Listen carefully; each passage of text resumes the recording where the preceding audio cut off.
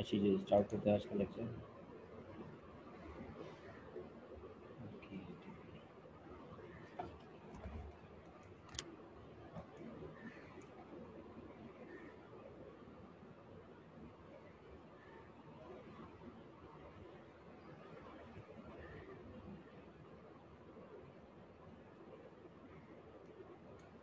आज की जो क्लास है इसमें झंडी सबसे पहले हमें डिस्कस करना है specific heat capacity and the molar specific heat capacity. ना सिर्फ इनकी डेफिनेशन वगैरह समझनी है बल्कि हमें ये भी समझना है कि स्पेसिफिक हीट कैपेसिटी हम किसे कहते हैं।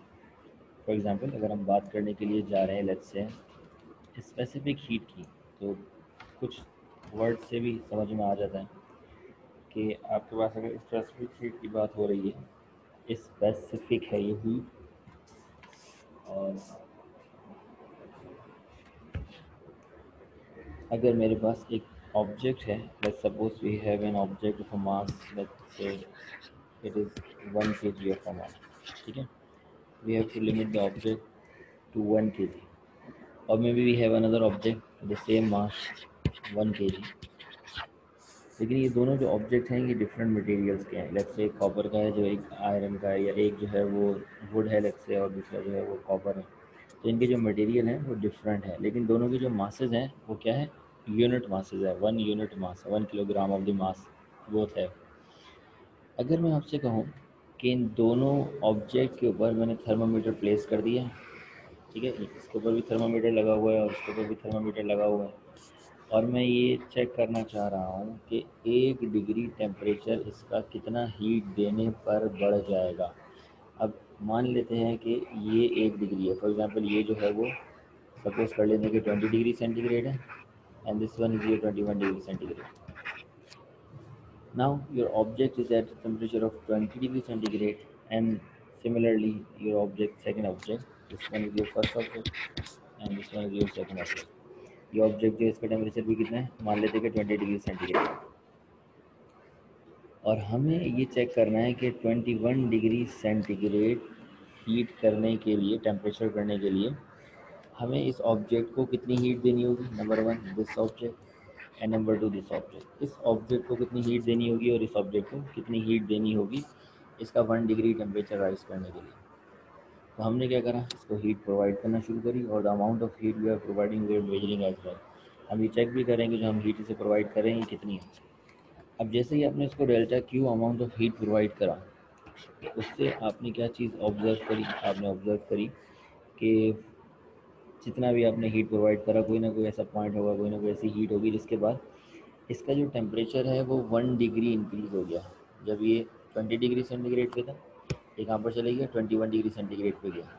तो हमने फ़ौरन से हीट को जो है वो क्या कर लिया, मेजर्ड कर लिया कि कितनी हीट थी जो हमने इसको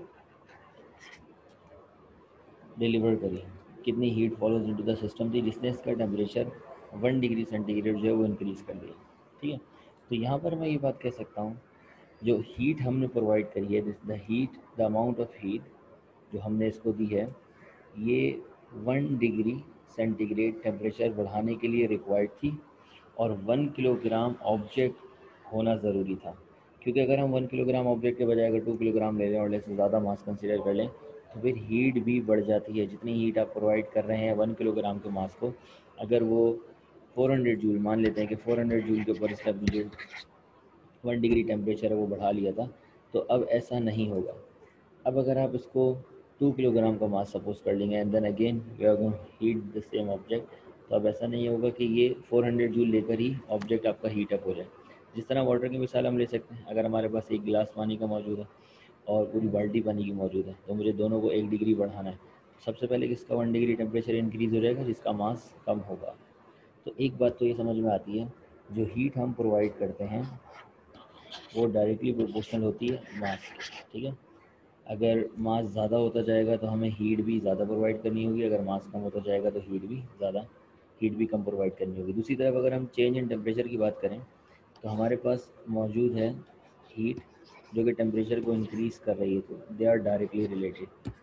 तो हम ये भी कह सकते हैं कि जितनी ज़्यादा हीट प्रोवाइड की जाएगी उतना ज़्यादा टेम्परेचर जो है वो ऑब्जेक्ट का चेंज होगा। तो इन दो इक्वेशंस की मदद से हम मैथमेटिकली स्पेसिफिक हीट की जो इक्वेशन है वो ड्राइव कर सकता है। किस तरह ड्राइव की जा सकती है, ज़रा ये देख लें। पहले तो डेफिनेशन से स्टार्ट करते हैं कि what is the definition of specific heat. Amount of heat required rising the temperature of a unit mass. Unit mass से मुराद यहाँ पे क्या है? यूनिट मास से मुराद यह है कि आपने मास को फिक्स करना होगा, कोई सबके लिए एक जैसा सपोज करना होगा। अगर यूनिट मास मैंने 1 ग्राम लिया है तो सबके लिए 1 ग्राम कंसिडर करूँगा। अगर मैंने यूनिट मास 1 किलोग्राम कंसिडर किया है तो सबके लिए 1 किलोग्राम कंसिडर करूँगा, एंड सो ऑन। तो यूनिट मास का यहाँ पे मतलब ये है कि जिस ऑब्जेक्ट की भी आप बात करने के लिए जा रहे हैं उसका मास आपके पास लिमिटेड होना चाहिए। फॉर एग्जांपल अगर 1 किलोग्राम है तो सबके लिए 1 किलोग्राम, 1 ग्राम है तो सबके लिए 1 ग्राम। अब वो हीट जो मैंने इसे प्रोवाइड करी है एक यूनिट मास को, उस हीट ने इसका 1 डिग्री सेंटीग्रेड या 1 डिग्री केल्विन स्केल का टेम्परेचर बढ़ा दिया।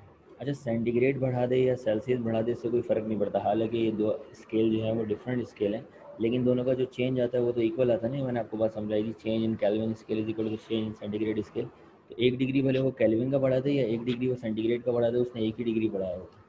तो इस हीट को हम कहते हैं, this one is called specific heat capacity.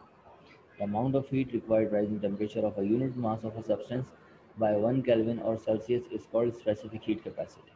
ठीक है जी। इसमें जो दो बातें हमने पता करी वो क्या थी कि अगर आपके पास मास ज़्यादा होगा तो आपको हीट भी ज़्यादा रिक्वायर्ड होगी उसका टेम्परेचर बढ़ाने के लिए, मास कम होगा तो हीट भी कम रिक्वायर्ड होगी। तो हमने कहा कि the mass is directly proportional to the heat supply. तो यहाँ पर हमने डेल्टा क्यू को डायरेक्टली प्रोपोर्शनल ले लिया एम के, और यहाँ आपकी बन गई इक्वेशन नंबर 1।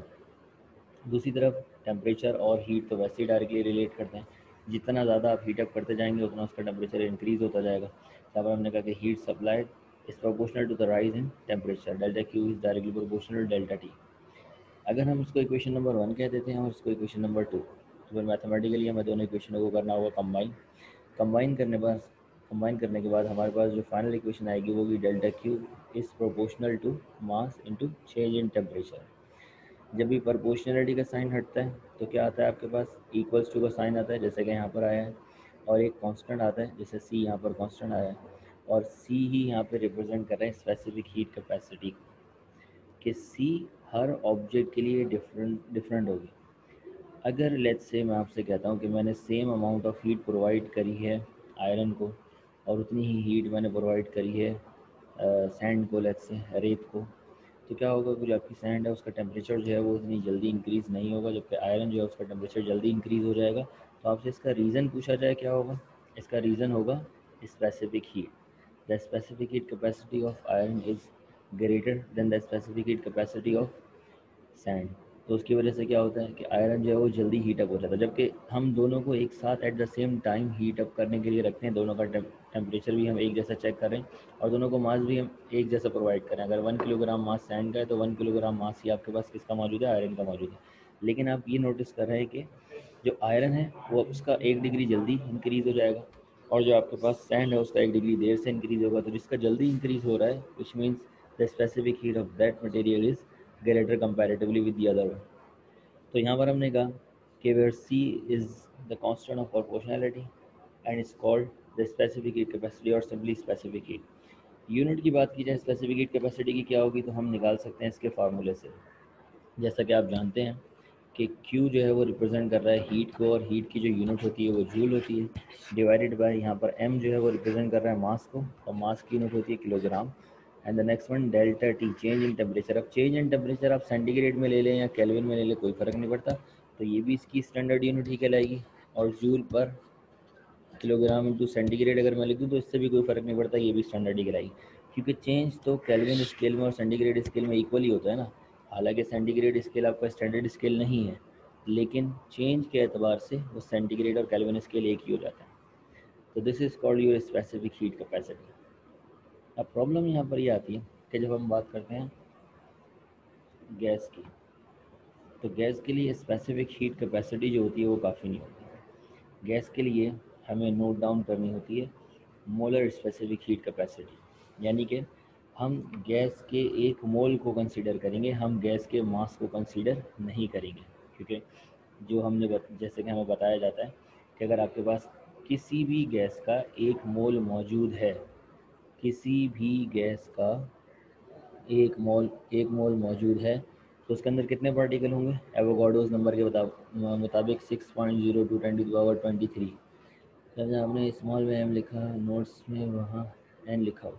हाँ, नोट्स जो है वो स्पेसिफिक मोलर स्पेसिफिक हीट की बात करें, वो आगे है आपका, मतलब next topic molar specific heat है। अच्छा, मोलर स्पेसिफिक हीट के अंदर जहाँ हम मास को डील कर रहे थे, यहाँ हम गैस के लिए बात करें तो यहाँ हम किसको डील करें? यहाँ हम डील करें नंबर ऑफ़ मोल को। तो नंबर ऑफ़ मोल आप चाहे कार्बन डाइऑक्साइड के ले लें, नंबर ऑफ़ मोल चाहे आप ऑक्सीजन के ले लें, नंबर ऑफ़ मोल चाहे आप हीलियम के ले लें, किसी भी गैस के अगर आपके पास एक मोल मौजूद है तो वो पार्टिकल के एतबार से 6.02 मल्टीप्लाई बाई 10⁻23 पार्टिकल्स वहाँ पर मौजूद होंगे। तो n सबके लिए हो जाएगा सेम। तो अब हम यहाँ पर बजाय इसके कि हम ये कहें कि हमने मास लिया है, हम कह देंगे कि हमने मोल लिया है। अब 1 मोल ऑफ अ गैस की जो टेम्परेचर है उसको इंक्रीज़ करने के लिए कितना इंक्रीज़ करना है हमें? 1 डिग्री सेंटीग्रेड इंक्रीज़ करना है या 1 डिग्री केल्विन इंक्रीज़ करना है? उसके लिए हमें इसको हीटअप करना होगा। जितनी हीट रिक्वायर्ड होगी वो हीट आपकी कहलाएगी molar specific heat capacity. Specific heat नहीं कहलाएगी, अब ये क्या कहलाएगी? Molar specific heat. क्योंकि अब हम मास के बजाय मोल को कंसीडर कर रहे हैं। अगर अब यहाँ पर हम बात करें इसकी डेरिवेशन की, तो यहाँ पर मिस्टेक है कि if a body of a mass m, हम यहाँ गैस की बात कर रहे हैं, तो हम यहाँ पर कह देंगे if n number of mole of a gas absorb heat Q, n number of mole of a gas हमारे पास मौजूद है जो कि एब्जॉर्ब कर रहे हैं heat Q and its temperature rise by delta T, और हम ये जान रहे हैं कि उसका टेम्परेचर कितना इंक्रीज़ हो रहा है? Delta T। तो जिस तरह मास के डायरेक्टली प्रोपोर्शनल था आपका हीट, इसी तरह नंबर ऑफ मोल के भी डायरेक्टली प्रोपोर्शनल हो गया। अगर ज़्यादा गैस आप लेकर आ जाएंगे 1 मोल के बजाय 2 मोल 3 मोल, तो वो ज़्यादा पार्टिकल हो जाएंगे। ज़्यादा पार्टिकल मीन्स ये है कि उनको हीट अप होने के लिए ज़्यादा टाइम चाहिए होगा, तो ये डायरेक्टली रिलेट करते हैं। इसको इक्वेशन नंबर 1 कह दिया, और नीचे वाली जो इक्वेशन है उसको इक्वेशन नंबर 2 कह दिया। अगेन कंबाइनिंग इक्वेशन 1 एंड 2, और जब हम इसको सॉल्व करेंगे तो हमारे पास क्या आ जाएगा? मोलर स्पेसिफिक हीट का कांस्टेंट आ जाएगा। जिस तरह वो आपके पास स्पेसिफिक हीट कांस्टेंट था, ये मोलर स्पेसिफिक हीट कांस्टेंट है। अगर इसकी यूनिट की बात की जाए तो यूनिट में सिर्फ एक चीज़ का डिफरेंस आता है कि जैसे कि आपको मालूम है हमने मास को रिप्लेस करा है मोल से, तो यूनिट की बात की जाए तो डेल्टा क्यू की यूनिट तो जूल ही रहेगी, पर लेकिन यहाँ पर आ चुका है एन, और एन की यूनिट क्या होती है? मोल, तो मोल आ जाएगा। बाकी आप केल्विन में मेजर कर लें डेल्टा टी को, फ़र्क नहीं पड़ता। आप मेजर कर लें सेंटीग्रेड में, कोई फ़र्क नहीं पड़ता। तो हमारे पास कितनी पॉसिबिलिटीज़ हो गई? 2 पॉसिबिलिटीज़ हो गई। नंबर 1, जब हम बात कर रहे हैं किसी ऐसे ऑब्जेक्ट के जो कि सॉलिड और लिक्विड है, तो हम उसकी स्पेसिफिक हीट की बात कर सकते हैं। लेकिन जब हम बात कर रहे हैं गैस की, तो जनरली गैस के लिए हम हमेशा क्या लेते हैं? मोलर स्पेसिफिक हीट मोल में कंसीडर किया जाता है, ताकि हमें ये रहे कि इक्वल पार्टिकल आए हैं गैस के। मास के हिसाब से तो वेरी कर सकते हैं, लेकिन अगर हम मोल के हिसाब से बात करें तो एवोगाड्रोस ने ये बात कही थी, केमिस्ट्री फर्स्ट ईयर में अगर आपने पढ़ा होगा, कि एक मोल गैस के, किसी भी गैस के आपके पास अगर मौजूद है, तो उसके अंदर जो पार्टिकल की तादाद होती है वो क्या होती है? 6.02 मल्टीप्लाई बाई 10⁻23, और ये कांस्टेंट नंबर होता है। ठीक है जी। जो करेक्शन थी अरिशबा वो ये थी कि हमने यहाँ पर if a body of a mass की बात कर ली थी, ये गलत है। यहाँ पर if n number of mole of a gas, यहाँ पर हम n number of a mole of a gas की बात करेंगे। If n number of mole of a gas absorb heat Q, बस यहाँ पर ये चेंज आएगा, बाकी तकरीबन सारा सेम। तो ये क्लियर है आप लोगों को? अच्छा, अब जब मोलर स्पेसिफिक हीट की बात करते हैं तो हमारे लिए एक प्रॉब्लम आ जाती है सिचुएशन की, कंडीशन की। कंडीशन हमारे पास दो हो सकती हैं। अगर मैं आपसे बोलूँ what is the first condition, तो फर्स्ट कंडीशन कुछ इस तरह की है कि ये मैंने लिया आपका एक सिलेंडर, जिस तरह हमने फर्स्ट लॉ ऑफ थर्मोडायनेमिक्स को कंसिडर किया था, और ये है पिस्टन। ठीक है, अगर पिस्टन के ऊपर प्रेशर रखा हुआ है, ठीक है, और मैं ये कहता हूँ कि मैं प्रेशर को इंक्रीज़ या डिक्रीज़ नहीं करूँगा, जितना प्रेशर मौजूद है इतना प्रेशर ही रहेगा, तो मैं इसे कह सकता हूँ कि मैं बात कर रहा हूँ कांस्टेंट प्रेशर की। बाय द वे, जब बात हो रही थी कांस्टेंट प्रेशर की, तो इस प्रोसेस को क्या बोलते हैं? किसको याद है? When we are talking about the constant process in thermodynamics, the process is called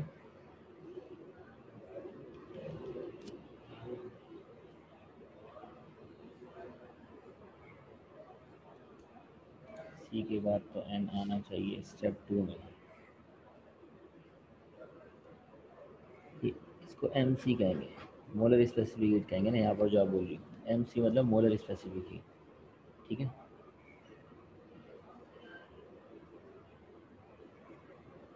अच्छा जी, जो प्रोसेस कांस्टेंट प्रेशर पे होता है उस प्रोसेस का नाम होता है आइसोबैरिक प्रोसेस।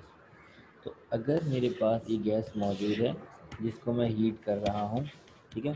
अच्छा, ये मैंने बात फिक्स कर ली कि मेरे पास कितनी गैस मौजूद है, मेरे पास 1 मोल गैस मौजूद है। और दूसरी तरफ अगर मैं आपसे कहूँ एक और कंटेनर है, इस कंटेनर में भी गैस मौजूद है, और इस कंटेनर में कितनी गैस मौजूद है, सेम अमाउंट ऑफ गैस मौजूद है, लेट्स से कि 1 मोल गैस यहाँ पर मेरे पास मौजूद है। लेकिन यहाँ मैंने चेंजिंग क्या करी है, नंबर वन, यहाँ पर मैंने रखा है प्रेशर को कांस्टेंट। फॉर एग्जांपल अगर इतना प्रेशर एक बॉक्स मैंने रखा था तो एक ही बॉक्स रहेगा। और यहाँ पर मैंने रखा है वॉल्यूम को कांस्टेंट, कि वॉल्यूम मैंने फिक्स कर दिया कि वॉल्यूम को कोई चेंज नहीं कर सकता। तो अब अगर मैं हीट प्रोवाइड करना शुरू करूँ, ठीक है, तो जो मेरी हीट है वो दो हिस्सों में यूटिलाइज हो रही होगी। फर्स्ट वाले केस में जो आइसोबैरिक की बात कर रहा हूँ, इसकी आपको याद है इक्वेशन क्या थी? इसकी इक्वेशन थी delta Q is equal to E delta V plus delta U. तो आप जो हीट दे रहे हैं उसमें से कुछ हीट वर्क डन कर रही है, और द रिमेनिंग वन जो है वो उसकी इंटरनल एनर्जी को चेंज कर रही है, दैट्स मीन कि इसके टेम्परेचर को इंक्रीज़ कर रही है, ठीक है। On the other hand same gas है, सेम गैस मेरे पास मौजूद है, 1 मोल, उसका अमाउंट भी सेम है कि 1 मोल ही गैस मौजूद है। लेकिन यहाँ पर मेरे पास जो वॉल्यूम है वो फिक्स्ड है, मैं वॉल्यूम को नहीं चेंज होने दे रहा। तो अब जो मैं हीट प्रोवाइड कर रहा हूँ delta Q is equal to, ये वर्क में नहीं जा सकती। वर्क में क्यों नहीं जा सकती, क्या रीज़न है वर्क में नहीं जाने का? ये हमने आइसोकोरिक प्रोसेस में पढ़ा था कि when volume is constant and change in volume is equal to zero. और अगर चेंज इन वॉल्यूम आपका ज़ीरो हो जाए तो चेंज इन वॉल्यूम के ज़ीरो हो जाने की वजह से आपका वर्क डन भी क्या हो जाता है, ज़ीरो हो जाता है। तो इसका मतलब ये हुआ कि यहाँ पर जो हम हीट दे रहे होंगे वो सारी की सारी इंटरनल एनर्जी को चेंज कर रही होगी। तो अब मैं आपसे एक जनरल सवाल करूं, और वो सवाल ये है कि इन दोनों कंडीशंस में से सेम गैस है, सेम अमाउंट है, ठीक है, फिर भी मैं आपसे अगर सवाल करूं कि इन दोनों में से टेम्परेचर इंक्रीज़ करने की बात की जाए तो इसमें से 1 डिग्री सेंटीग्रेड किसका पहले इंक्रीज़ हो जाएगा? केस वन में इंक्रीज़ जल्दी हो जाएगा या केस टू? 1 डिग्री सेंटीग्रेड या 1 डिग्री केल्विन टेम्परेचर जो है इंक्रीज़ तो होना है, हम हीट प्रोवाइड कर रहे हैं, लेकिन पहले किस में आपको इंक्रीज़ नज़र आएगा? कांस्टेंट वॉल्यूम में नज़र आएगा या कांस्टेंट प्रेशर में नज़र आएगा?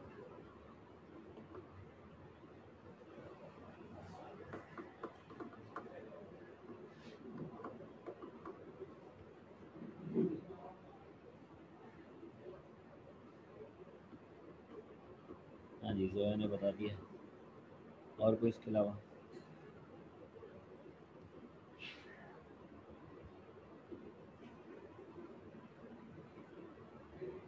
जो हम हीट प्रोवाइड कर रहे हैं वो सारी की सारी इंटरनल एनर्जी चेंज कर रही है, तो इसका मतलब कांस्टेंट वॉल्यूम में 1 डिग्री का चेंज जल्दी आएगा, ठीक है। यानी कि इसको मुझे कम हीट प्रोवाइड करनी होगी और इसको मुझे ज़्यादा हीट प्रोवाइड करनी होगी, ठीक है। तो अब मैं आपसे एक सवाल करूं दूसरा, कि स्पेसिफिक हीट किसकी ज़्यादा होगी? कांस्टेंट वॉल्यूम पे ज़्यादा होगी या कांस्टेंट प्रेशर पे ज़्यादा होगी? स्पेसिफिक हीट वो हीट होती है जो हम से सप्लाई करते हैं 1 डिग्री सेंटीग्रेड इंक्रीज़ करने के लिए, तो वो किसकी ज़्यादा होगी? अब कांस्टेंट प्रेशर में ज़्यादा होगी स्पेसिफिक हीट या कांस्टेंट वॉल्यूम?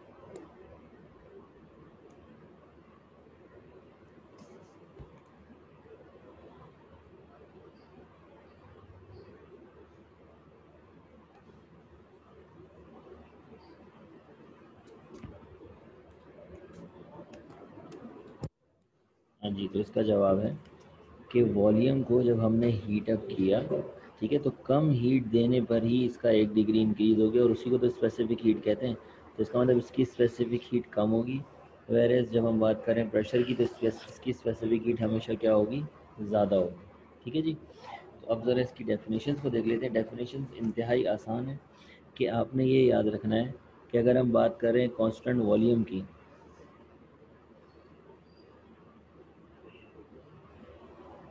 इंटरनल एनर्जी और टेम्परेचर में डायरेक्ट रिलेशन है, इंटरनल एनर्जी इंक्रीज होगी तो टेम्परेचर इंक्रीज होगा। अच्छा, there are two types of specific heat इसलिए हो गई हैं आपके पास, एक हो गई molar specific heat at constant pressure और दूसरी हो गई molar specific heat at constant volume. और अगर हम बात करें molar specific heat at constant pressure की, तो देखें पूरी डेफिनेशन आपने सेम रखनी है, बस आखिर में ये कह देना है कि हम ये काम कांस्टेंट प्रेशर पे कर रहे हैं, तो हो गया ये कांस्टेंट प्रेशर की डेफिनेशन। जैसे for example, amount of heat required to raise the temperature of 1 mole of a gas by 1 Kelvin or centigrade at constant pressure। ये जो मैंने एक्स्ट्रा लाइन यहाँ पर ऐड कर दी, ये पहले ऐड नहीं थी, अभी यहाँ पर ऐड हो गई कि हम इसको कांस्टेंट प्रेशर पे ऑब्जर्व करें, तो ये कहलाएगी specific molar specific heat at constant pressure, C P जिसको नाम दिया जाएगा। सी तो रिप्रेजेंट कर रहा है स्पेसिफिक हीट को, जो पी हमने लगाया है फिक्स, ये किसको रिप्रेजेंट कर रहा है, ये रिप्रेजेंट कर रहा है कि हम कांस्टेंट प्रेशर पे ऑब्जर्व कर रहे हैं, और ये क्या होगी, ज़्यादा होगी। ये बात भी मैंने आपको बता दी, किससे ज़्यादा होगी, कांस्टेंट वॉल्यूम से ज़्यादा होगी। तो दूसरी डेफिनेशन क्या बनेगी, अगर मैं आपको यहीं से कहूँ कि अब आपने molar specific heat capacity at constant volume को डिफाइन करना है, तो सिर्फ ये लाइन चेंज कर दें कि भाई पहले हम ऑब्जर्व कर रहे थे कांस्टेंट प्रेशर पे, अब हम ऑब्जर्व कर रहे हैं कांस्टेंट वॉल्यूम पे। तो हमारे पास क्या आ जाएगा डेफिनेशन के एतबार से, molar specific heat at constant volume में amount of heat required to raise the temperature of 1 mole of a gas by 1 kelvin at constant volume is called molar specific heat capacity at constant volume. इसको represent कैसे करेंगे, सी represent कर रहा है constant को specific heat के, और we represent करेगा कि हमने कांस्टेंट वॉल्यूम के ऊपर काम किया। और डेल्टा क्यू जो हीट हम प्रोवाइड कर रहे हैं, इसके साथ भी लगाएंगे, जो हीट हमने प्रोवाइड करी है ये कांस्टेंट वॉल्यूम पे प्रोवाइड करी है, वॉल्यूम चेंज नहीं हो सकता था गैस का। ठीक है जी, यहाँ तक क्लियर है चीज़ें। अब ये तो हीट हो गई आपकी वो, जिसमें हमने देखा कि ऑब्जेक्ट जो है वो अपने टेम्परेचर को इंक्रीज़ या डिक्रीज़ कर रहा है। अगर हम हीट उसे प्रोवाइड कर रहे हैं, सिस्टम के अंदर हीट जा रही है, तो उसकी वजह से उसका टेम्परेचर जो है वो इंक्रीज़ हो रहा है। दूसरी तरफ हम ये भी कह रहे हैं कि अगर हम सिस्टम से हीट ले रहे हैं तो उसका टेम्परेचर डिक्रीज़ हो रहा है।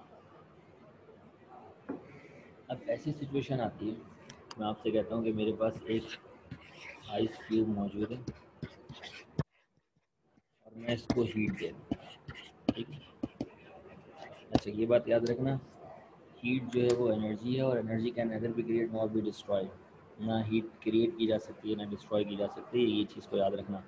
अब मैं इसको delta Q amount of heat दे रहा हूँ, लेकिन मेरे डेल्टा क्यू अमाउंट हीट देने से इसका टेम्परेचर इंक्रीज़ नहीं हो रहा। इसका टेम्परेचर कितना है, 0 डिग्री सेंटीग्रेड ही है। तो अगर इसका टेम्परेचर कांस्टेंट रहेगा तो फिर ये स्पेसिफिक हीट की तो यहाँ मैं बात कर ही नहीं सकता। क्यों नहीं कर सकता, स्पेसिफिक हीट तो स्टार्ट ही वहाँ से होती है जहाँ आप कहते हैं कि हमने इसका 1 डिग्री सेंटीग्रेड जो है इंक्रीज़ कर दिया है, और मैं आपसे कह रहा हूँ आइस का 1 डिग्री सेंटीग्रेड इंक्रीज़ कर ही नहीं सकता, फिर वो आइस ही नहीं रहेगी। अगर किसी ने कर दिया तो फिर वो आइस कहाँ रहेगी, वो तो वाटर बन जाएगा ना। हाँ, डायग्राम मैंने आपको समझाने के लिए बनाई थी, पेपर में नहीं बनाया। तो अब मसला ये आता है, ये जो हीट मैं प्रोवाइड कर रहा हूँ, आप इसको क्या ये कहेंगे कि ये हीट जो है वो ज़ाया हो रही है, और जबकि हम कहते हैं एनर्जी तो नेदर भी क्रिएट नॉर भी डिस्ट्रॉयड होती है। तो ये जो मैं इतनी हीट प्रोवाइड कर रहा हूँ, इसका टेम्परेचर किसी भी सूरत में इंक्रीज़ नहीं हो रहा, तो मैं जो हीट प्रोवाइड कर रहा हूँ ये कहाँ जा रही है।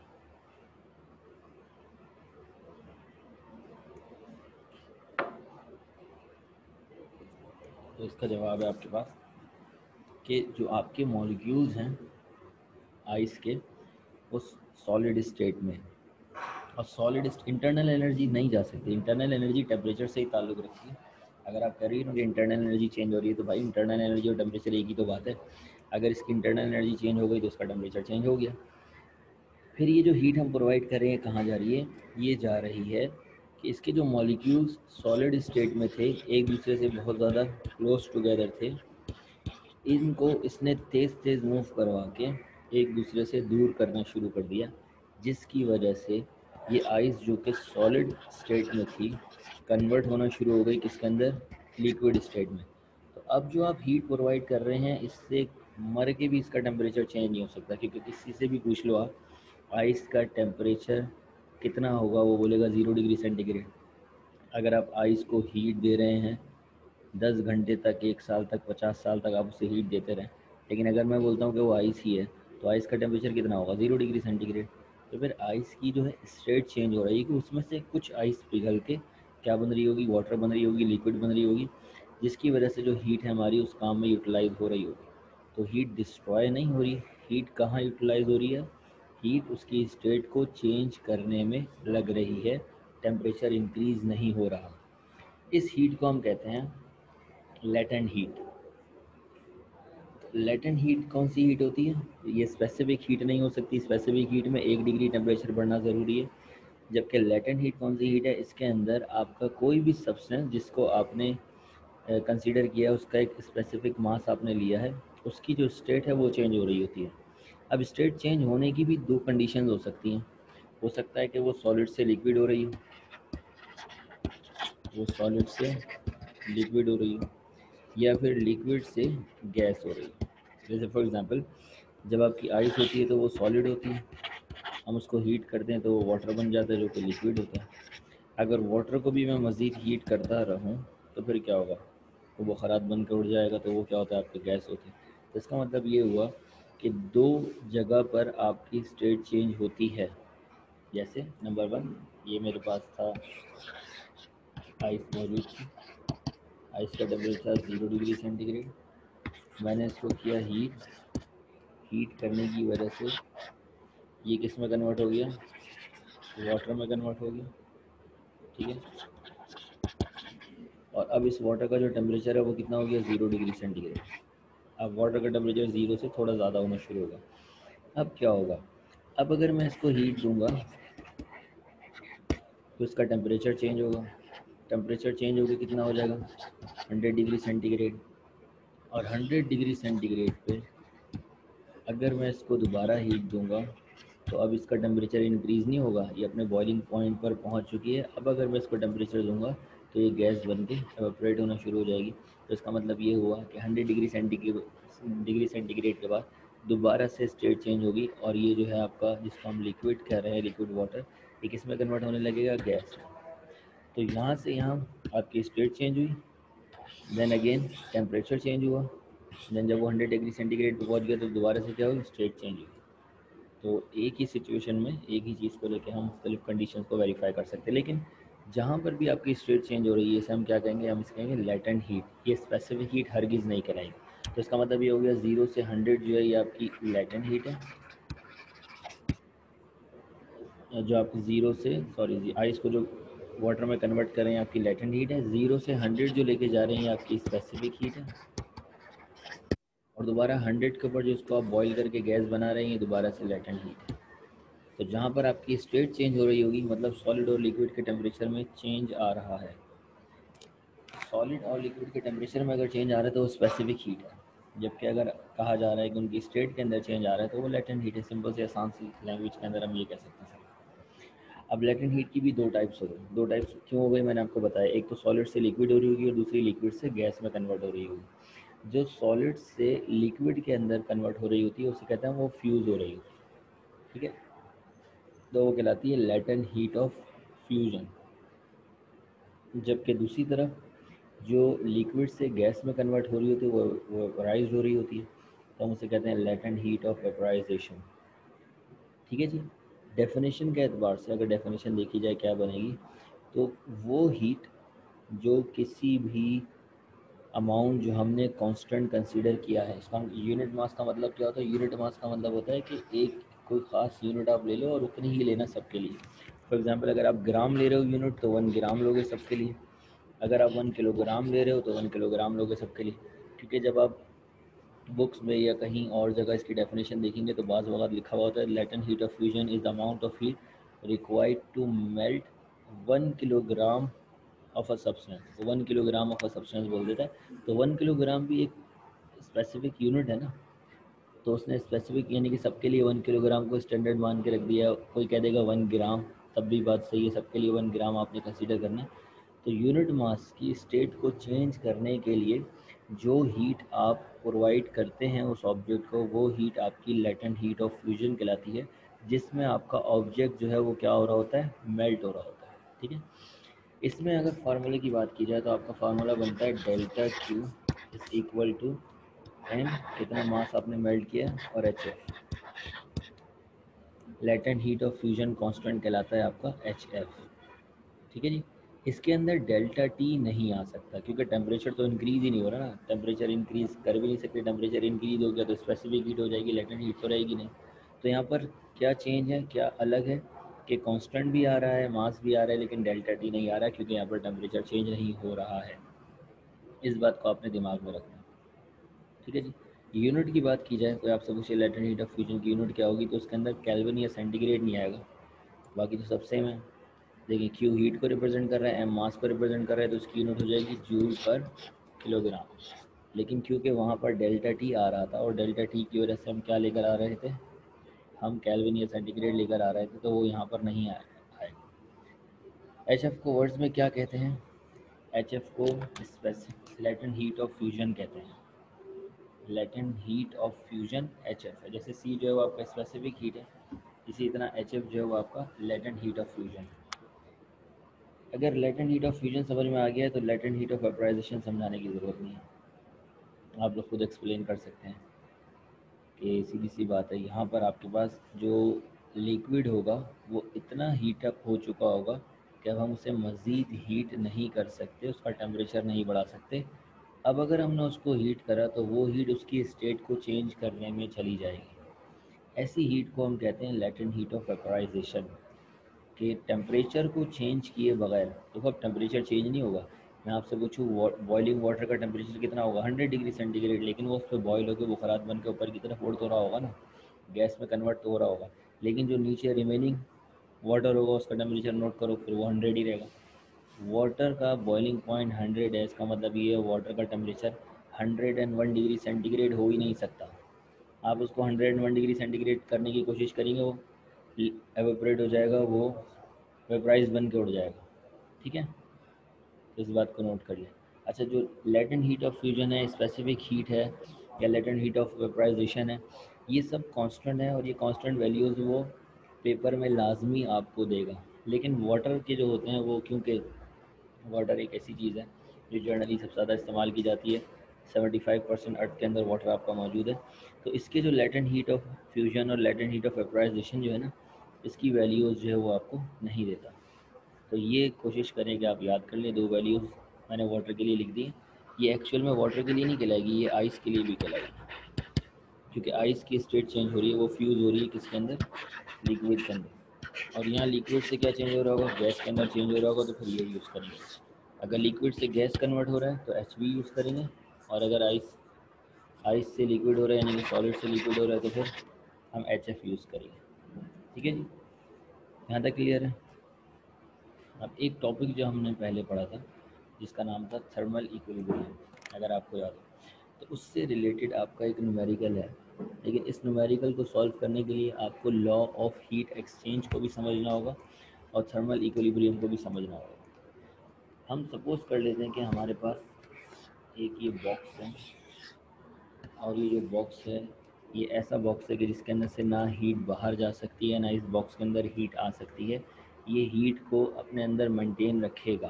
ठीक है, हीट का लॉस नहीं हो सकता किसी भी सूरत में, हम ये आइडियल बॉक्स मान लेते हैं। इस बॉक्स के अंदर मेरे पास मौजूद है 100 डिग्री सेंटीग्रेड के ऊपर कोई भी एक ऑब्जेक्ट मौजूद, और इसी बॉक्स में मेरे पास एक और ऑब्जेक्ट मौजूद है जिसका टेम्परेचर जो है वो 50 डिग्री सेंटीग्रेड है। अब बॉक्स के बाहर से तो कोई हीट आ नहीं सकती, तो अब इन्हीं की हीट जो होगी वो आपस में एक दूसरे में इंटरचेंज होगी, क्योंकि हीट हमेशा फ्लो होती है from the area of higher concentration to the area of lower concentration. ऐसा ही हीट के बारे में हम कहते हैं, heat is the energy which transfer from area of a higher concentration to the area of lower concentration. तो यहाँ पर क्या होगा कि आपकी जो ये हीट है ये ट्रांसफ़र होना शुरू हो जाएगी इस ऑब्जेक्ट के पास। लेट्स से ये आपका ऑब्जेक्ट ए है, ये आपका ऑब्जेक्ट बी है, तो आपका जो ऑब्जेक्ट ए है वो ट्रांसफ़र करेगा ऑब्जेक्ट बी को हीट। कब तक ट्रांसफ़र करेगा, जब तक दोनों का टेम्परेचर इक्वल ना हो जाए, जिसको हम थर्मल इक्विलिब्रियम टेम्परेचर कहते हैं। इसका टेम्परेचर मैं मान लेता हूँ कि टी ए है इनिशियल टेम्परेचर, और इसका टेम्परेचर मैं मान लेता हूँ कि टी बी है। अब ये किसी हद तक न्यूमेरिकल जो है वो प्रॉब्लमेटिक बन जाता है अगर बात को समझा ना जाए। देखें, जो पहला ऑब्जेक्ट है उसके टेम्परेचर को मैंने अज्यूम कर लिया है कि वो कितना है, टी ए है। ये फर्स्ट ऑब्जेक्ट का टेम्परेचर है। और जो दूसरा ऑब्जेक्ट है इसका टेम्परेचर टी बी है। The object the temperature of the second object. आप चाहे इसको टी वन कह लें, दूसरे वाले को टी वन डैश कह लें, आप इसको चाहे सिर्फ टी कह दें और टी डैश कह लें, आपकी मर्ज़ी, आपको जो कहना है, ठीक है। लेकिन ये आपने याद रखना, एक फर्स्ट ऑब्जेक्ट का टेम्परेचर है and the other one is the temperature of the second object. अब क्या होता है, जब ये थर्मल इक्विलिब्रियम में आते हैं तो इन दोनों का टेम्परेचर फाइनल टेम्परेचर क्या हो जाता है, वो इक्वल हो जाता है। तो मैं फाइनल टेम्परेचर को नाम देता हूँ let's say T E, equilibrium temperature. और वो हो जाता है, सपोज कर लेते हैं कि वो हो जाता है 95 डिग्री सेंटीग्रेड। 95 तो बहुत ज़्यादा हो जाएगा, कर लेते हैं लेट्स से 50 58 डिग्री सेंटीग्रेड, ठीक है। जो फाइनल टेम्परेचर है वो क्या हो जाता है, 58।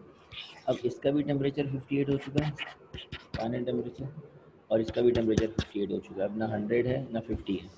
अब जो इस इन्वायरमेंट में जो टेम्परेचर है वो कितना हो चुका है, 58 डिग्री सेंटीग्रेड है, और यही दोनों का फाइनल टेम्परेचर है। अब ना हीट बाहर से आ सकती है ना कहीं जा सकती है, तो अब ये दोनों 58 पे आकर रुक जाएंगे। This is called thermal equilibrium, ठीक है जी। अब मैं आपसे एक सवाल करूँ कि मुझे डेल्टा टी कैलकुलेट करना है। डेल्टा टी किसे कहते हैं हम, चेंज इन टेम्परेचर। तो डेल्टा टी एक इसका कैलकुलेट होगा, ए ऑब्जेक्ट का delta T of object one, और एक कैलकुलेट होगा delta T of object B, ठीक है। तो कोई मुझे बता सकता है कि delta T of object A कितना होगा और delta T of object B कितना होगा। Delta A change in temperature of object A कितना होगा, change in temperature of object B कितना होगा।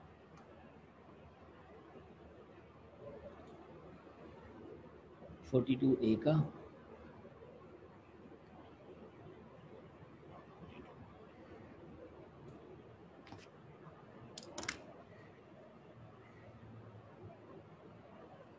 बी का 8। अच्छा, एक ने बता दिया कि क्या होगा, डेल्टा टी ए का क्या होगा और डेल्टा टी बी का क्या होगा।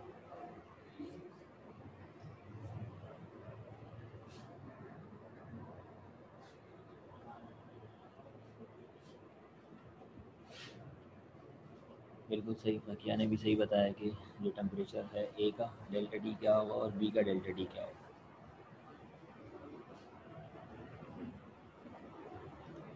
जुनैरा ने बता दिया है कि ए का क्या होगा, और व्हाट अबाउट बी।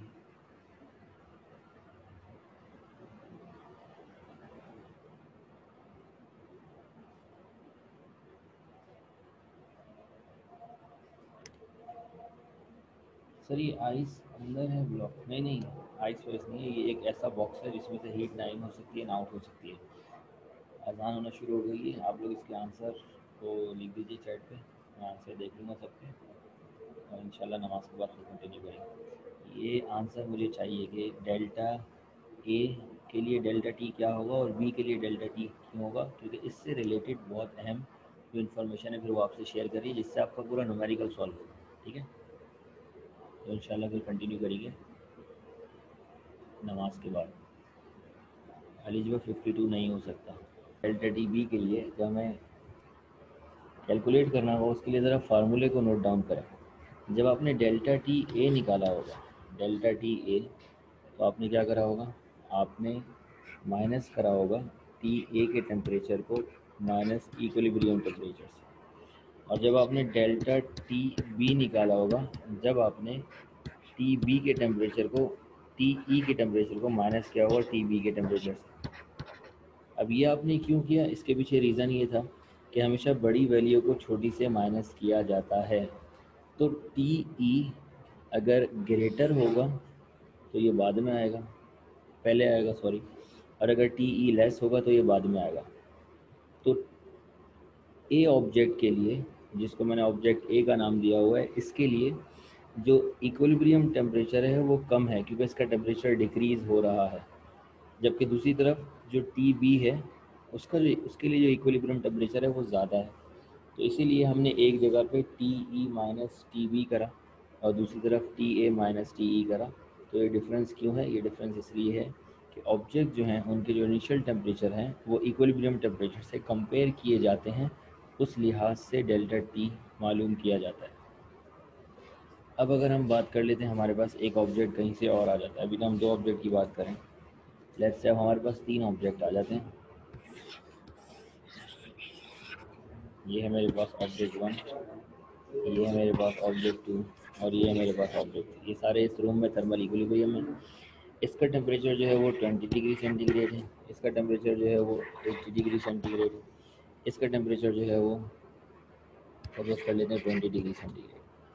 अब क्या होगा, हीट ट्रांसफ़र कहाँ से कहाँ होगी, 80 डिग्री सेंटीग्रेड वाले ऑब्जेक्ट से इसमें भी हीट ट्रांसफ़र हो रही होगी और इसमें भी हीट ट्रांसफ़र हो रही होगी। और इस ऑब्जेक्ट का नाम अगर मैंने टी ए रख दिया है, इस ऑब्जेक्ट का नाम मैंने टी बी रख दिया, तो अब एक नया ऑब्जेक्ट जिसका नाम हमने टी सी रख दिया हमारे पास आ चुका है। अगर मैं आपसे कहूँ कि फाइनल इक्विलिब्रियम टेम्परेचर क्या हो जाता है, तो मान लेते हैं कि let's say the final equilibrium temperature is now 31 degree centigrade. ठीक है, this is the equilibrium temperature. अब अगर मैं आपसे कहूँ मुझे डेल्टा टी ए निकालना है, तो मुझे टी ए को टेम्परेचर को माइनस करना होगा किससे, टी ई से। और अगर मैंने डेल्टा टी सी निकालना है, तो मुझे टी ई के टेम्परेचर को माइनस करना होगा डेल्टा सी से, सॉरी। और यहाँ पर डेल्टा टी ई के टेम्परेचर को माइनस करना होगा टी बी से। ये बात यहाँ पर समझने वाली थी। अब ये जो तीन ऑब्जेक्ट हैं, इन तीन ऑब्जेक्ट के दरमियान जो है वो हीट का ट्रांसफ़र हो रहा है। और हीट के बारे में हम जानते हैं कि heat can nether be create nor be destroy. तो एक ऑब्जेक्ट इसमें से हीट जो है वो लॉस कर रहा होगा, तो बाकी दो ऑब्जेक्ट हीट क्या कर रहे होंगे, गेन कर रहे होंगे। यहाँ से आता है आपका लॉ ऑफ हीट एक्सचेंज, जिसके मुताबिक एक ऑब्जेक्ट हो भले हज़ार ऑब्जेक्ट हो, हीट जितनी ऑब्जेक्ट लॉस करेगा उतना ही सेकंड ऑब्जेक्ट आपका हीट जो है वो गेन करेगा। This is called law of heat exchange. कि अगर मेरे पास लेट्स से 1000 जूल की जो हीट है वो इसमें से लॉस हो चुकी है, कहीं जा चुकी है, कोई भी ऑब्जेक्ट है जिसमें 1000 जूल हीट जा चुकी है, तो वो किसी ना किसी को मिली होगी। अब सपोज़ कर लेते हैं यहाँ पर मेरे पास दो ऑब्जेक्ट थे, तो 450 जूल इसने ले ली वो हीट, और रिमेनिंग 650 550 550 जूल जो हीट वो इसने एब्जॉर्ब कर ली। लेकिन टोटल अमाउंट ऑफ हीट क्या रहा, सेम रहा। यानी कि इसने जितनी लॉस करी वो इन दो ऑब्जेक्ट ने मिलकर गेन कर ली। जैसे सपोज करो यहाँ पे दो ऑब्जेक्ट नहीं है, यहाँ पर एक ही ऑब्जेक्ट है, तो उस ऑब्जेक्ट ने 1000 जूल हीट गेन कर ली। तो ये कहलाता है आपका लॉ ऑफ हीट एक्सचेंज, जो कि थर्मल इक्विलिब्रियम पे बहुत काम का होता है। कि हम यहाँ पर यूज़ करते हैं कि heat loss by the object is equal to the heat gain by the object. किस तरह इस लॉ को यूज़ किया जाता है, उसके लिए आपके पास ये एग्जाम्पल मौजूद है। बुक का एक सवाल है 11.6, जिसके अंदर ये जो आपका थर्मल इक्विलिब्रियम का कॉन्सेप्ट है and the concept of law of heat exchange दोनों यूटिलाइज, दोनों यूज़ होंगे। तो सवाल को देखते हैं। सवाल के अंदर आपसे कह रहा है कि 2 किलोग्राम ऑफ आयरन ब्लॉक अगर हमारे पास डेटा बनाया जाए, ठीक है। तो डेटा के अंदर इसने हमसे कहा है कि एक आयरन ब्लॉक है जिसका मास जो है वो कितना है, वो 2 किलोग्राम है। अब क्योंकि ये आयरन ब्लॉक है, इसके मास को लेट सपोज मैं M1 कह देता हूँ। ये फर्नेस में मौजूद था, फर्नेस में मौजूद था, और इसका टेम्परेचर था 650 degree centigrade.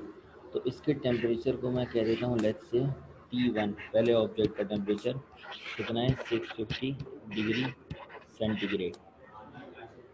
And place on a large block of ice. अब कहता है कि इसको फर्नेस से निकालने के बाद, फॉर एग्जांपल ये आपका आयरन का ब्लॉक था, ठीक है, इसका टेम्परेचर कितना है, 650 डिग्री सेंटीग्रेड। इसको इस फर्नेस से निकालने के बाद इस ब्लॉक को हमने आइस पे प्लेस कर दिया, और आइस का टेम्परेचर कितना होता है, 0 डिग्री। ये तो आपको मालूम है। तो T2 कितना हो गया, 0 डिग्री सेंटीग्रेड, ठीक है। और ये मेरे पास बहुत सारी आइस है। अब कहता है assuming that all the heat given by iron is used to melt the ice। यानी कि कह रहा है ये जो हीट इसने लॉस करी है, heat loss by the first object, ये तो लॉस कर रहा है ना हीट, तो जो गेन कर रहा है वो हीट गेन करने पे अपना टेम्परेचर इंक्रीज़ नहीं कर रहा, बल्कि अपनी स्टेट को चेंज कर रहा है। आइस का टेम्परेचर चेंज नहीं हुआ, आइस मेल्ट हुई है। तो आपसे कह रहा है how much ice is melt.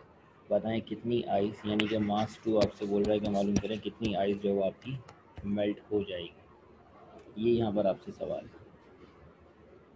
ठीक है जी, एक बार फिर मैं इसको समझा देता हूँ, ये कॉम्प्लिकेटेड है। ये मेरे पास एक आयरन का ब्लॉक है जिसका टेम्परेचर जो है वो 650 डिग्री सेंटीग्रेड है। ये मेरे पास आइस मौजूद है, इसका टेम्परेचर जो है वो कितना है, 0 डिग्री सेंटीग्रेड है।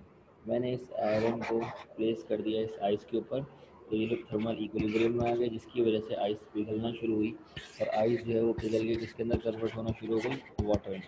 लेकिन उसकी वजह से इसका टेम्परेचर जो है वो क्या हुआ, कम होना शुरू हुआ, क्योंकि इसकी हीट लॉस हो रही है।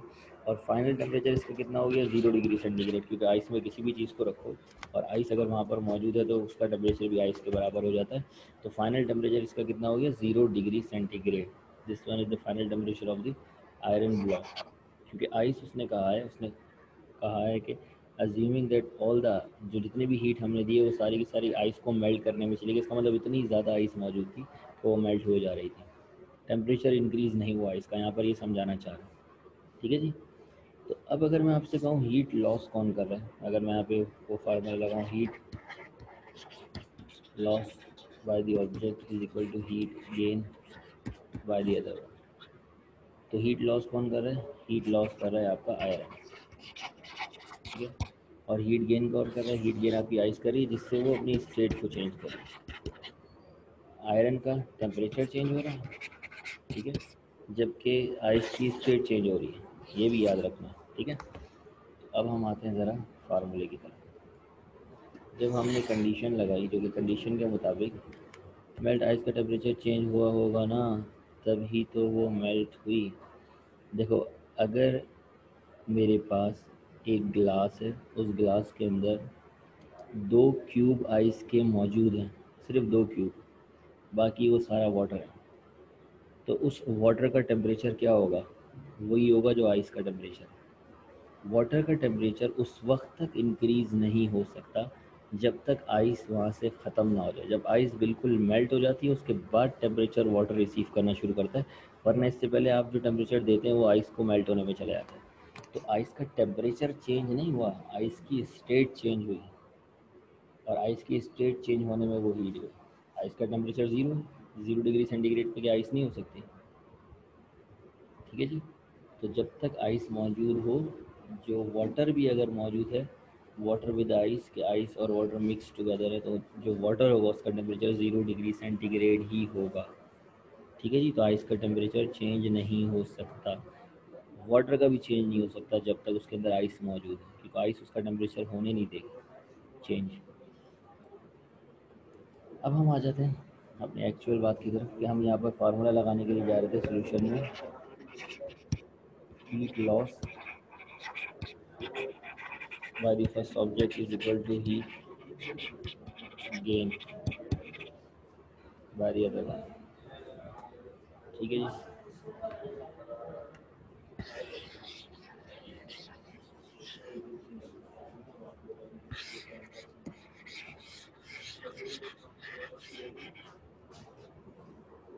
अच्छा, अब जो हम बात करने के लिए जा रहे थे कि हीट लॉस हो रही है और हीट गेन हो रही है, तो एक ऑब्जेक्ट जो आपकी हीट जो है वो लॉस कर रहा है, इसमें लगेगा डेल्टा क्यू का फार्मूला।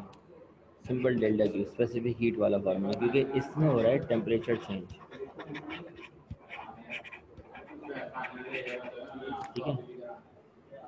और दूसरी तरफ अगर हम बात कर रहे हैं हीट गेन की, तो जो ऑब्जेक्ट हीट गेन कर रहा है उसका टेम्परेचर चेंज नहीं हो रहा, उसकी स्टेट चेंज हो रही है, तो ये कहलाएगा डेल्टा क्यू एफ। और स्टेट भी क्या चेंज हो रही है, सॉलिड से लिक्विड हो रहा है। तो ये वाली हीट स्पेसिफिक हीट वाले फार्मूले से यूज़ होगी, यानी कि इस वाली साइड के ऊपर स्पेसिफिक हीट का फार्मूला लगेगा, और इस वाली साइड के ऊपर हीट में जो स्टेट चेंज होने की कंडीशन मैंने आपको बताई थी, लैटेंट हीट ऑफ फ्यूजन, वो वाला फार्मूला लगेगा। तो हीट लॉस जो हो रही है वो टेम्परेचर डिक्रीज़ होने की वजह से हो रही है, हीट गेन जो हो रही है वो स्टेट के चेंज होने की वजह से हो रही है। तो डेल्टा क्यू का फार्मूला क्या था, अगर मास के लिए लगाएं तो होता है एम सी डेल्टा टी। और अगर हम बात कर रहे हैं आइस की, तो आइस के लिए लेटेंट हीट ऑफ फ्यूजन का फार्मूला क्या लगेगा, एम एच एफ। यहाँ पर डेल्टा टी नहीं आएगा। ठीक है। डेल्टा टी की बात की जाए तो जो आयरन है उसका टेम्परेचर चेंज हुआ होगा 650 से 0 तो डेल्टा टी 650 आ जाएगा। ठीक है, मास की बात की जाए तो पहले वाले ऑब्जेक्ट के लिए मास 1, दूसरे वाले ऑब्जेक्ट के लिए मास 2, और मास 2 ही हमें रिक्वायर्ड है। और अगर बात की जाए सी की, तो स्पेसिफिक हीट कांस्टेंट यहाँ आयरन का यूज़ किया जाएगा, और लेटेंट हीट ऑफ फ्यूजन यहाँ पर आइस की यूज़ की जाएगी। ठीक है, तो अब जो है ये स्पेसिफिक हीट कांस्टेंट की वैल्यू आपको पेपर के अंदर आयरन की लाजमी देगा। इसी तरह जो आपके पास वैल्यू है लेट्स से इसकी, जो वाटर की एच एफ है ये भी आपको देगा। अगर हम फार्मूले को अरेंज करें तो हमारा फार्मूला अरेंज होकर क्या हो जाता है, हमारा फार्मूला अरेंज होकर, क्योंकि हमें M2 निकालना है, तो फार्मूला अरेंज होकर हो जाएगा M2 is equal to M1 C iron का delta T divided by H F. ठीक है जी। अब हमें सी और किसकी वैल्यू चाहिए, स्पेसिफिक हीट एच एफ की वैल्यू चाहिए जो कि है आइस की, और आयरन की चाहिए स्पेसिफिक हीट 499.8। जो आयरन की स्पेसिफिक हीट है वो कितनी है, 499.8 है। और जो स्पेसिफिक हीट है आपके आइस की फ्यूज़ होने की, जो लेटेंट हीट ऑफ फ्यूजन है आइस का, वो कितना है, 3.36 multiply by 10 to the power I think so 5। ठीक है जी, ऑलमोस्ट 5 ही आएगा। ये कांस्टेंट वैल्यूज है, ये वैल्यूज़ भी अगर मैंने आपको बता दी हैं, तो अब आपने क्या करना है, M2 निकालना है। जितना मास आपके पास आएगा उतनी ही आइस जो है वो मेल्ट हुई होगी। तो इसको जल्दी से कॉपी कर लीजिए। कॉपी करने के बाद इसको मज़ीद आगे जो सॉल्व करना है, तमाम वैल्यूज़ पुट करने के बाद सॉल्व कर लीजिए और फाइनल आंसर बताइए कि क्या है।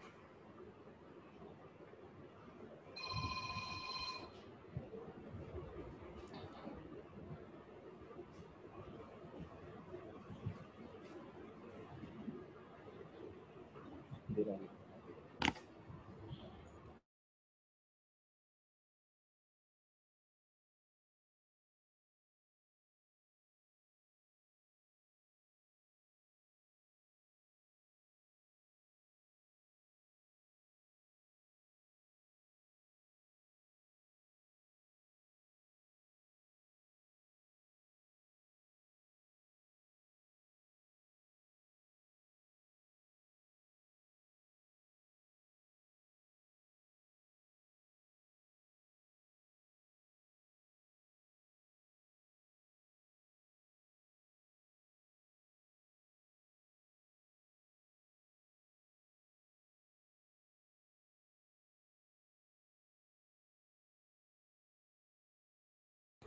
हमेशा बड़ी वैल्यू को छोटी से माइनस करते हैं, तो माइनस कभी भी नहीं आएगा, -650 प्लस में ही आएगा।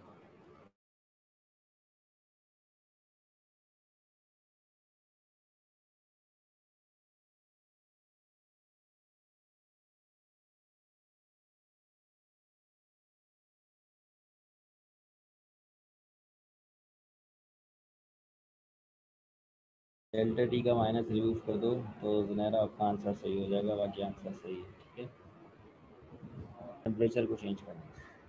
तो लॉ ऑफ हीट एक्सचेंज में भी मुझे देखना होगा कितने ऑब्जेक्ट हीट लॉस कर रहे हैं और कितने ऑब्जेक्ट हीट गेन कर रहे हैं। हीट लॉस जो कर रहा है वो आयरन कर रहा है, वो मतलब मेटल कर रहा है जिसका हमें पता नहीं है कौन सा है, इसको हमने कह दिया Q1। और हीट गेन जो कर रहा है वो एक तो आपका कैलोरीमीटर करेगा, और उतनी ही हीट फिर आपका वाटर भी गेन कर रहा होगा, तो Q3 भी हीट गेन करेगा। तो हीट लॉस जो हो रही है वो एक ऑब्जेक्ट से हो रही है, लेकिन जो हीट गेन हो रही है वो आपके दो ऑब्जेक्ट हीट गेन कर रहे हैं, कॉपर का कैलोरीमीटर और दूसरा आपका वाटर। सबके टेम्परेचर चेंज हो रहे हैं, सब इक्विलिब्रियम टेम्परेचर पे जा रहे हैं, इसका मतलब सबके टेम्परेचर चेंज हो रहे हैं ना, तो सब में फार्मूला लगेगा एम सी डेल्टा टी। इसके लिए होगा M1, इसके लिए होगा C1, और डेल्टा टी को डेल्टा टी रहने देते हैं। यहाँ पर जब हम बात करेंगे तो हम यहाँ पर बात करेंगे M2 C2 और डेल्टा टी। इसका जो डेल्टा टी होगा वो अलग होगा, क्योंकि इसका इनिशियल टेम्परेचर कुछ और था, फाइनल कुछ और था, इसका इनिशियल कुछ और था, फाइनल कुछ और था। याद आ रही है वही वाली बात जो मैंने स्टार्ट में बताई थी। तो इसको डेल्टा टी डैश बोलना पड़ेगा मुझे। ठीक है, और सिमिलरली यहाँ पर क्या हो जाएगा, M3 C3 और डेल्टा टी डैश सेम होगा इसका और इसका, क्योंकि दोनों 20 डिग्री सेंटीग्रेड पे थे और इक्विलिब्रियम टेम्परेचर भी दोनों का सेम है, तो दोनों के लिए डेल्टा टी डैश का सफिक्स यूज़ कर सकते हैं। मुझे जो फाइंड आउट करना है वो ये specific heat of the matter. तो बाकी का सब कहाँ चले जाएगा, डिवाइड में चला जाएगा। तो मेरे पास हो जाएगा C1 is equal to M2 C2 delta T plus M3 C3 delta T divided by M1 delta T. अब सिर्फ और सिर्फ डेल्टा टी को ओपन करने का मसला है कि डेल्टा टी ओपन कैसे होगा, delta T dash delta T dash, ये डेल्टा टी ओपन कैसे होगा। ठीक है जी, ये ओपन इस तरह होगा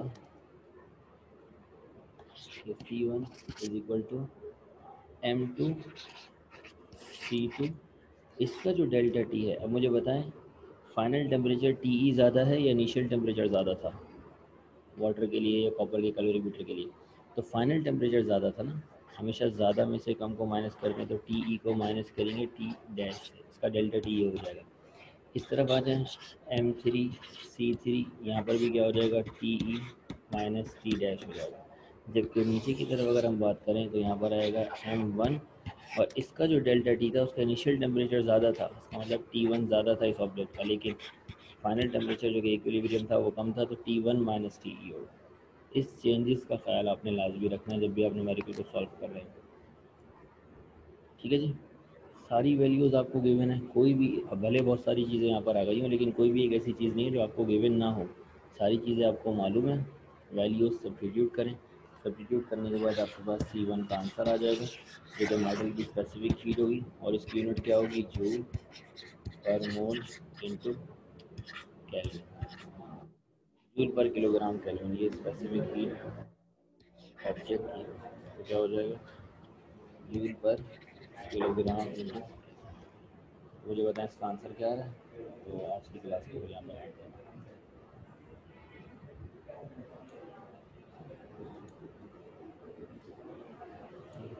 सर टेस्ट में कहाँ तक आएगा, बस यहीं तक आएगा, ये जो न्यूमेरिकल मैंने अभी कराया ना ये भी आएगा।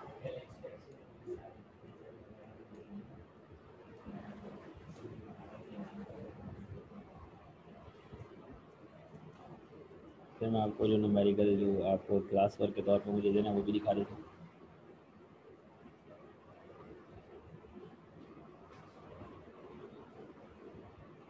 सर डेल्टा वाली स्लाइड शो कर दें,